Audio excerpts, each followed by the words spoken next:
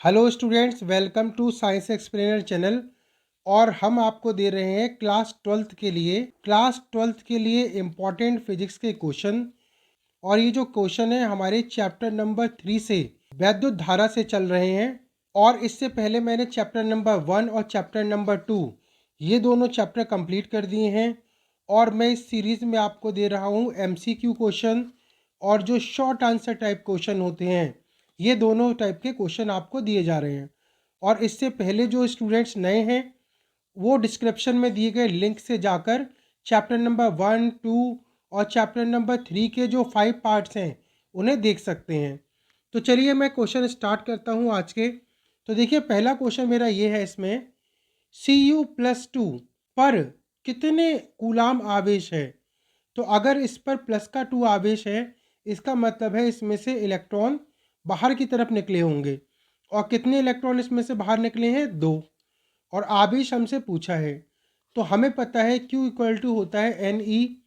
n की value 2 है। और यहाँ पे E इलेक्ट्रॉन का चार्ज जो होता है, इलेक्ट्रॉन पे आवेश 1.6 10⁻⁻19 होता है। सॉल्व करके इसका आंसर आएगा 3.2 10⁻⁻19 इतने कूलाम का आवेश यहाँ पर बनेगा। तो चलिए नेक्स्ट क्वेश्चन पे आते हैं। ये हमारे शॉर्ट आंसर टाइप क्वेश्चन होंगे, इंपॉर्टेंट क्वेश्चन है सारे जो आपके पिछले एग्जाम में आए हुए हैं। ये हमारा क्वेश्चन नंबर 2 है। फेरेड ओम की विमा किस भौतिक राशि के बराबर है। तो देखिए, जो फेरेड होता है वो धारिता का मात्रक है, और जो ओम है, ओम जो है वो प्रतिरोध का मात्रक है। और हमें पता है Q=CB होता है। Q क्या होता है? CB। और C होता है Q/V। तो यहाँ से अगर मैं रखूँ तो ये हो गया हमारा Q/V। R क्या होता है? जैसे हम जानते हैं V/IR होता है। तो यहाँ से अगर मैं R निकालूँ तो V/I, ये हो गया V/I। यहाँ से V और V कैंसिल। और देखो, जो आवेश होता है Q होता है IT। Q होता है IT। और नीचे यहाँ पर I हो गया वैद्युत धारा। I से I यहाँ कैंसिल। तो यहाँ पे क्या बचा? यहाँ बचा केवल T। तो फेरेड गुणा जो ओम है, ये हमारी जो समय की जो राशि है उसको प्रदर्शित करती है। तो फेरेड गुणा ओम किस राशि को प्रदर्शित करता है? तो ये समय को प्रदर्शित करता है। नेक्स्ट आइए, नेक्स्ट क्वेश्चन नंबर 3 पे आते हैं। क्वेश्चन नंबर 3 है हमारा, MKS पद्धति में धारा, वैद्युत धारा का मात्रक क्या होता है। तो देखो, MKS पद्धति में जो वैद्युत धारा का मात्रक होता है MKSA, है ना, मीटर, किलोग्राम, सेकंड और एम्पियर। तो धारा का मात्रक होता है हमारा एम्पियर। और जो धारा होती है वो हमारी एमीटर से, यानी कि अमीटर से नापी जाती है। और अमीटर को हमेशा सीरीज कॉम्बिनेशन में जोड़ते हैं।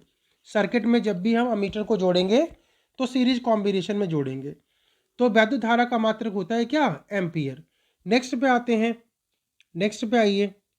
नेक्स्ट है हमारा क्वेश्चन नंबर 4।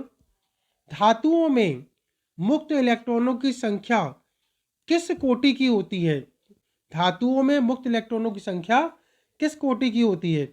तो धातुओं में 10⁻29 है, 10⁻29 प्रति मीटर क्यूब इतने इलेक्ट्रॉन इसमें पाए जाते हैं। तो इस कोटि की इसकी मात्रा होती है। नेक्स्ट देखिए, क्वेश्चन नंबर 5 पे आते हैं। क्वेश्चन नंबर 5 हमारा ये है, अच्छा क्वेश्चन है, इंपॉर्टेंट क्वेश्चन। एक बेलनाकार चालक में स्थायी धारा बह रही है, क्या चालक के भीतर वैद्युत क्षेत्र है।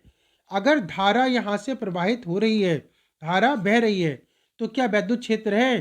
तो देखो, वैद्युत क्षेत्र के बिना तो धारा बह ही नहीं सकती। इसका मतलब ये है कि अगर कहीं पर वैद्युत धारा बह रही है, इसका मतलब 100% ये है कि वहाँ पे वैद्युत क्षेत्र उत्पन्न हो रहा है, वहाँ पे उपस्थित है। तो हाँ, यहाँ पे वैद्युत क्षेत्र उपस्थित होगा। और ये क्वेश्चन काफ़ी बार पूछा गया है। नेक्स्ट पे आते हैं क्वेश्चन नंबर 6 पे। क्वेश्चन नंबर 6 हमारा ये है, ताप बढ़ाने से किसी चालक के प्रतिरोध में वृद्धि को दर्शाने वाला समीकरण लिखिए। तो ताप बढ़ाने से प्रतिरोध का मान बढ़ता है। तो हमारा समीकरण है यहाँ से RT=R0 1 + αT। ये हमारा समीकरण होता है। RT क्या है? T डिग्री सेल्सियस में प्रतिरोध, R0 है 0 डिग्री सेल्सियस में प्रतिरोध, अल्फा है हमारा प्रतिरोध ताप गुणांक और T है हमारा टेम्परेचर, जिस ताप पर हम इस प्रतिरोध को निकालना चाहते हैं। नेक्स्ट पे आइए क्वेश्चन नंबर 7 पे आते हैं। क्वेश्चन नंबर 7 हमारा ये है, ताप बढ़ाने पर सुचालक की, ये की होगा यहाँ पे, सुचालक की वैद्युत चालकता पर क्या प्रभाव पड़ता है। तो अगर आप सुचालक यानी कि कंडक्टर का टेम्परेचर बढ़ाते हैं तो इसकी जो चालकता होती है, कंडक्टिविटी होती है, वो घट जाती है, क्योंकि टेम्परेचर बढ़ाने पर जो मॉलिक्यूल्स के बीच की जो डिस्टेंस होगी वो बढ़ जाएगी, इलेक्ट्रॉनों के बीच की दूरी बढ़ेगी, चालकता कम होगी। इसीलिए हम कहते हैं ताप बढ़ाने पर चालकता का मान सुचालकों में हमेशा घटता है।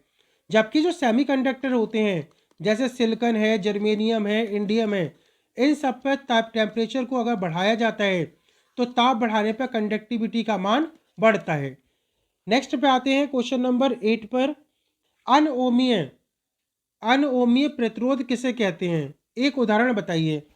तो अनओमीय प्रतिरोध ऐसे प्रतिरोध होते हैं जो ओम के नियम का पालन नहीं करते।